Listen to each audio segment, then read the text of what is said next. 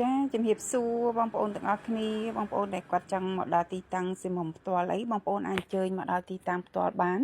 គឺសិមុំលក់នៅផ្សារឧដុមណាបងប្អូនណាចា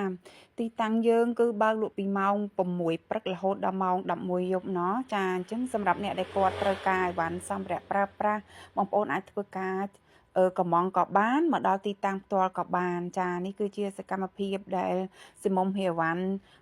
ជួនអតិថិជនណាបងប្អូនចាភ្ញៀវយើងកំងអញ្ចឹងបងប្អូនដែលគាត់អត់មានពេលមកគឺសិមុំអាចផ្ញើជូនបងប្អូនបានគ្រប់កន្លែងតែម្ដងគឺសេវាយើងគឺរហ័សទាន់ចិត្តមែនតែនចាហើយបើសិនជាបងប្អូនចង់មកដល់ទីតាំងផ្ទាល់ក៏បានចាបើអត់មានពេលមកគឺយើងផ្ញើជូនគ្រប់ទីកន្លែងតែម្ដងងាយស្រួលណាស់អ្នកនៅពេញឲ្យលុយតាមអ្នកដឹកតែបងប្អូននៅតាមខេត្តគឺយើងតម្រូវឲ្យបងប្អូនវេលុយមកមុនណាបងប្អូនណាចាអធិស្ឋានដោយសារយើងអត់មានសេវាយកលុយនៅតាមខេត្តទេបងប្អូនគឺតម្រូវឲ្យបងប្អូន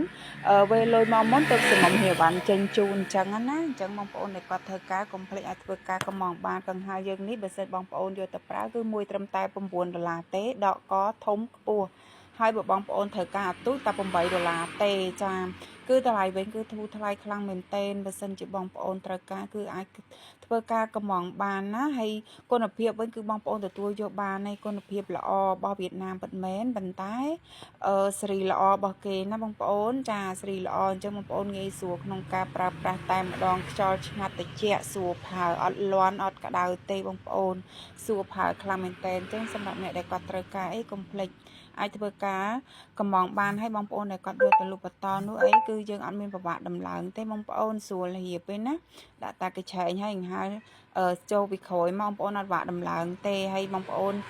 កុំខ្លាចថាអូយពិបាកខ្លាចអត់ចេះរៀបអត់អីបើសិនបងប្អូនខ្ញុំផ្ញើទៅទាំងមូលអញ្ចឹងគឺវាពិបាកក្នុងការផ្ញើឲ្យបងប្អូនដោយសារវាធំណាអញ្ចឹងអ្នកដឹកគេពិបាកដឹកខ្លាច់បាក់ខ្លាច់បែកអញ្ចឹងទៅ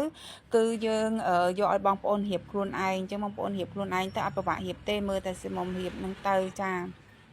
អត់ពិបាករៀបសោះឡើយណារៀបមើលតាមនឹងមួយទៅអត់បាក់រៀបទេអញ្ចឹងបងប្អូនត្រូវការបោះដុំយកទៅប្រើអីគឺអាចកំងបានណាបងប្អូនចាតម្លៃសមរម្យខ្លាំងមែនតែនហើយគុណភាពល្អចាអញ្ចឹងអ្នកដែលគាត់ត្រូវការអាចធ្វើការកំងបានណារៀបតាមផ្លែតគឺហើយឯបងប្អូនណាអត់យូរទេតែរៀបតាមផ្លែតគឺដំឡើងហើយតែម្ដងគឺងាយស្រួលមែនតែនក្នុងការដំឡើងណាបងប្អូនអត់យូរទេបងប្អូនមើលតាមវីដេអូហ្នឹងគឺលឿនទេអត់យូរទេណាស្រួលផើខ្លាំងមែនតែនអ្នកដែលគាត់ត្រូវការកុំភ្លេច